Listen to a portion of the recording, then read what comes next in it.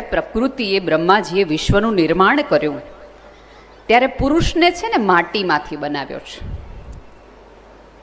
અને સ્ત્રીને પુરુષના હાડકામાંથી બનાવ્યો છે. એટલે તમે મજબૂતાઈની વાત કરતા હોય તો સ્ત્રી હાડકામાંથી બનેલી છે અને પુરુષ માટીમાંથી બનેલો છે. બે વસ્તુ જુદી જુદી વસ્તુ છે.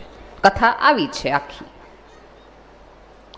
સ્મૃતિ ઈરાનીએ હમણાં ઘણા વખત પહેલાં એક વુમેન્સ ડે ઉપર એક કથા કીધી હતી કે મારે બહુ વખત પહેલાં હરિયાણાની એક જગ્યા હતી કે જ્યાં મારે એક સ્ત્રીને એવોર્ડ આપવાનો હતો. એટલે મારે એને પૂછવાનું હતું કે હું તને એવોર્ડ આપતી વખતે તારા વિશે હું શું બે વાત કરું કે તને મજા આવે.